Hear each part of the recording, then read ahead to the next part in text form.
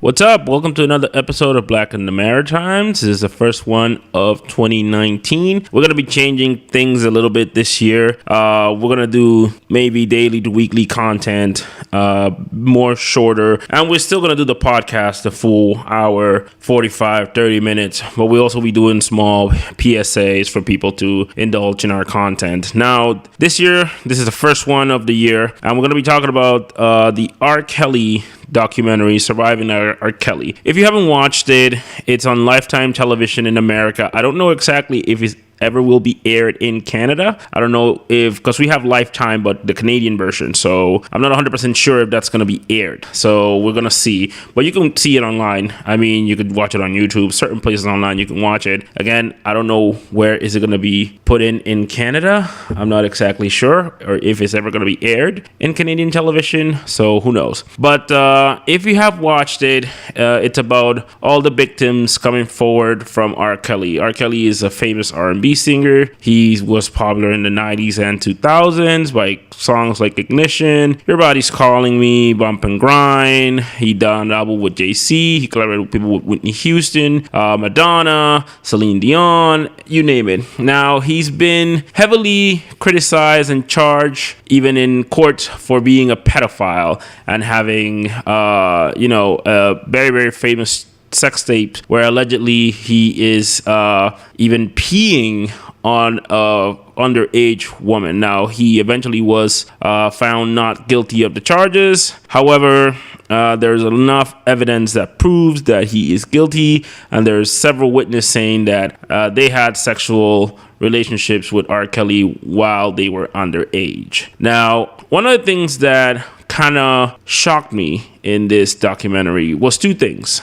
Not the fact of what R. Kelly has done, of his sex cult and everything else, which people knew about this for years. Not the fact that a lot of people have helped him over the years just to make a dollar. Not the fact that a lot of people dismiss the claims of this young black and colored women. What the fact is that surprised me was that one producer said in the documentary, if this would have been R. Kelly doing this to a white girl, he would have been in jail. And I believe that. I definitely believe that he has been targeted women of color all his life because he knows he could get away with it easier and he can be forgiven by the black community. Another thing that was kind of shocking was that one of the witnesses in his trial said that he didn't believe he looked like a man probably from the Middle East or Europe. I don't know. He had an accent. I'm not sure where he was from. Definitely he might be an American citizen now. I'm not quite sure. He definitely was born someplace else or raised someplace else. I don't know. But he said that he didn't believe the girls because the way they dressed and the way they act. So he was biased against black women, which has a lot to say about the justice system that does not protect women of color. Not in the United States, not in Canada. People think that Canada is like a home, like a very equal place. But if you look at the fact, it does not protect Indigenous women and it does not protect women of color. It does not. Same in the States. So we have to look at this, at the fact that we have this famous man.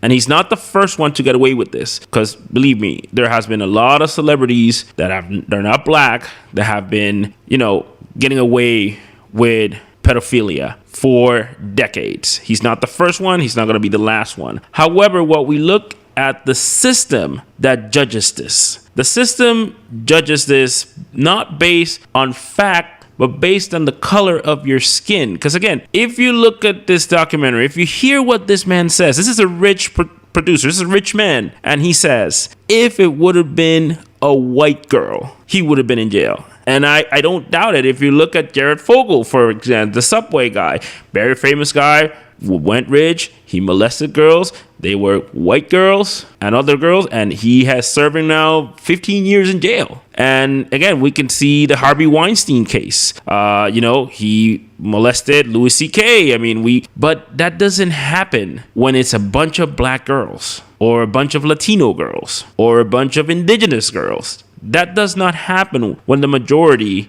are women of color. So, you know, it's kind of sad to look at it, but it's the hard truth. So let me know what you think. Comment and, you know, get your mind across. We're going to be coming with a lot of this type of material coming around this year. So hope you guys enjoy it, and I'll see you next time.